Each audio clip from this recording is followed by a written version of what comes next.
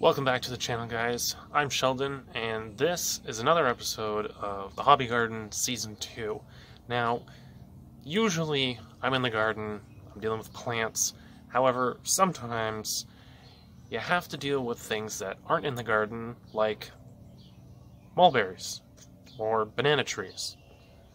Now, what I'm going to show you guys is my process of transplanting what I have, which is a mulberry tree or bush, and moving it into a larger pot so that it is more sturdy.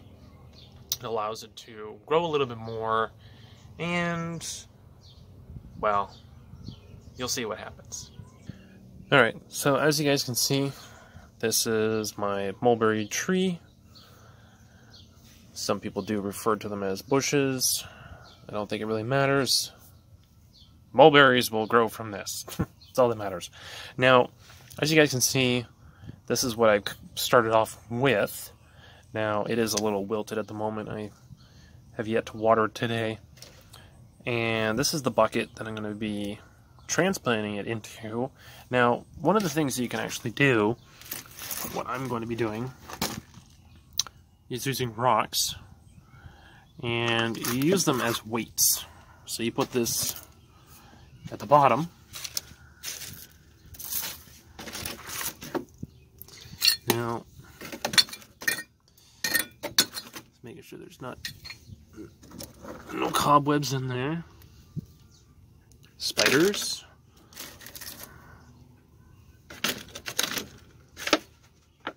So, a little bit of weight. Now, you guys don't have to do this, depending on where you're storing it, but because I plan to put it outside for the entire summer, I'm using 3 stones in the bottom there, and I'm going to be using some soil that I have here. So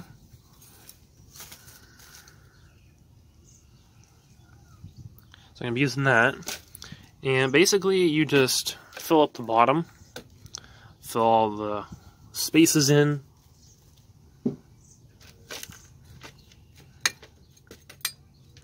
Now you do this for the bottom. Now, this mulberry tree was actually given to me by my best friend for my birthday. So if I'm doing anything wrong right now, he is going to be leaving negative comments. No, he's not going to be leaving negative comments, but he will be commenting on this video, I'm sure, to tell me what I'm doing wrong. Now, what I'm going to do, this actually comes out rather easily. So, as you can see, solid. Now, you just do that, and then basically, you take some more dirt, and you fill in the sides. So I'm going to do that real quick, and I'm going to show you guys what it finally looks like in the end. Alright guys, so that is the final product. Basically, you don't want to go right to the edge. You still want to leave a little bit of a lip there. Kind of hard to see, but you want to leave a little bit of a lip so that when you're putting the water in, it just doesn't flow right over the edge. So I've pressed this in a little bit. Just to make it firm. When you're watering it, the soil might sink down a little bit on the edges because that's where we filled it.